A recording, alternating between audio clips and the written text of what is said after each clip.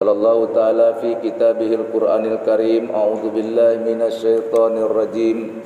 Bismillahirrahmanirrahim. Ya ayyuhalladzina amanu dukhulu fis silmi kaffah wa la tattabi'u khutuwatis syaitan innahu lakum aduwwum mubin. Shadaqallahul azim. Ma'asyiral muslimin, sidang Jumat yang dirahmati Allah. Pertama-tama khatib berfatwa kepada diri pribadi dan kita semua untuk meningkatkan iman kepada Allah, kemudian meningkatkan takwa kepada Allah. Meningkatkan iman salah satunya dengan memperbanyak ucapan la ilaha illallah.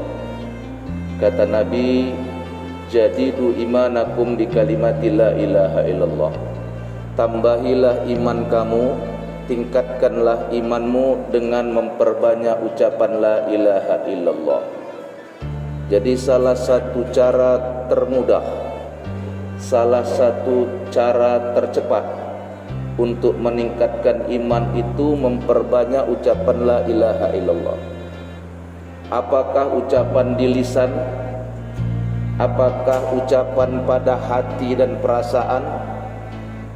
Dan tak kalah pentingnya adalah wujud daripada itu dengan mengamalkan la ilaha illallah.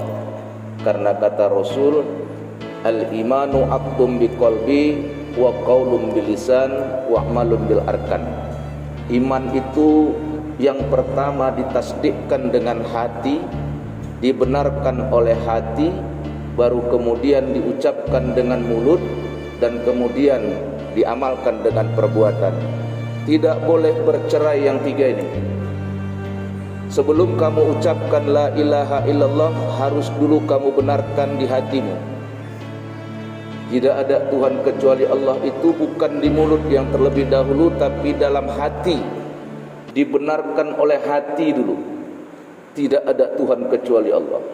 Maka kata Nabi, nahya alaiha, kita hidup dengan la ilaha illallah, wa alaiha namut, kita pun mati dengan la ilaha illallah, wa alaiha nub'asu insyaallahu minal aminin, dan kelak kita akan dibangkitkan dengan la ilaha illallah. Maka inilah kalimat thayyibah, inilah kalimat terpenting. Kita hidup dengan la ilaha illallah, kita mati dengan la ilaha illallah, berbangkit dengan la ilaha illallah. Tidak ada kalimat yang lebih utama daripada kalimat ini. Bahkan orang yang meninggalkan kalimat ini, sesungguhnya dia sudah keluar daripada iman, dia keluar daripada Islam, dia tidak termasuk ke dalam golongan dan kelompok Rasulullah sallallahu alaihi wasallam. Kalimat inilah yang diajarkan Rasulullah, bahkan yang diajarkan, disyariatkan oleh Rasul-Rasul sebelum Nabi Muhammad sallallahu alaihi wasallam. Sejak Nabi Adam alaihissalam sampai kepada Nabi Musa, Nabi yang lain-lain, sampai kepada Nabi Muhammad, dari awal kerasulan sampai akhir kerasulan itu kalimatnya satu, tidak berubah, la ilaha illallah.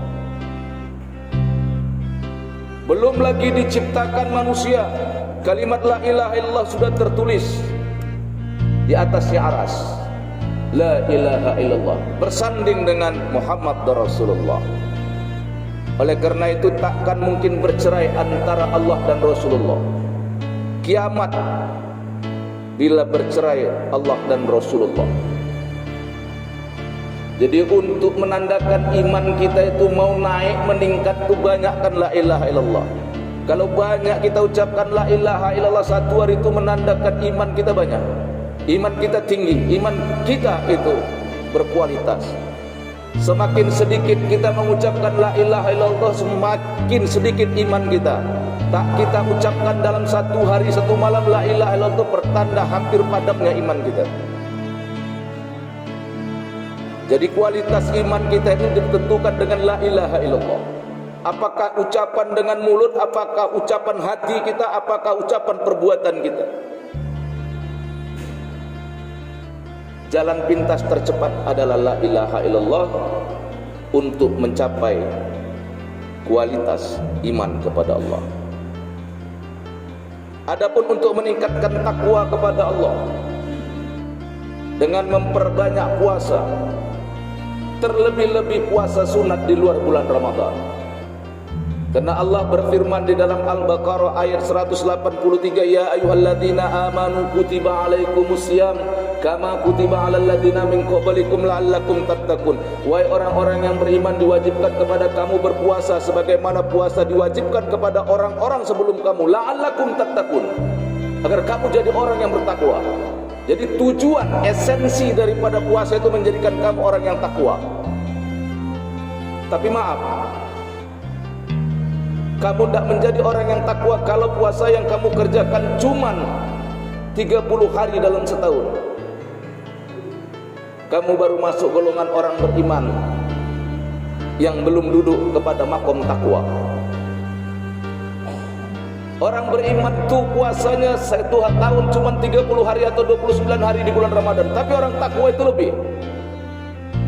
Orang yang takwa itu orang yang ikhlas dalam beribadah. Apa tanda orang ikhlas dalam beribadah? Puasa sunatnya lebih banyak daripada puasa wajibnya. Itu orang ikhlas dalam berpuasa.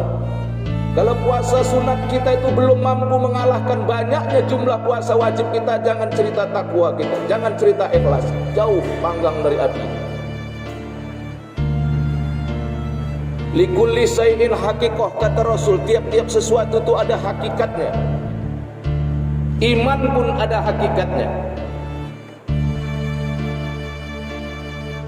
Orang beriman percaya kepada rukun iman ada 6. Apakah orang yang sudah percaya kepada rukun iman itu sudah masuk kepada hakikat iman? Belum tentu. Likulli syai'in haqiqah, tiap-tiap sesuatu ada hakikatnya. Dan kata Rasul, hakikat iman itu engkau redha apa yang menimpamu, dan engkau redha dengan apa yang belum menimpamu, baru masuk kamu kepada hakikat iman. Inilah yang paling perlu bagi kita. Makanya ulama-ulama kita mengatakan ada 4 makom ilmu, 4 derajat ilmu: syariat, tarekat, hakikat, ma'rifat. Kamu tak cukup hanya bersyariat tanpa bertarekat. Kamu pun belum cukup hanya bersyariat bertarekat kalau kamu tidak mau dan tidak berusaha untuk mencapai hakikat. Karena kata Nabi, likulli syai'in haqiqah, tiap-tiap sesuatu ada hakikatnya. Islam ada hakikatnya, iman ada hakikatnya, salat ada hakikatnya, puasa ada hakikatnya, zakat ada hakikatnya, haji ada hakikatnya. Semua yang engkau kerjakan itu ada hakikatnya. Maka kualitas imanmu ditentukan oleh hakikat yang telah engkau capai.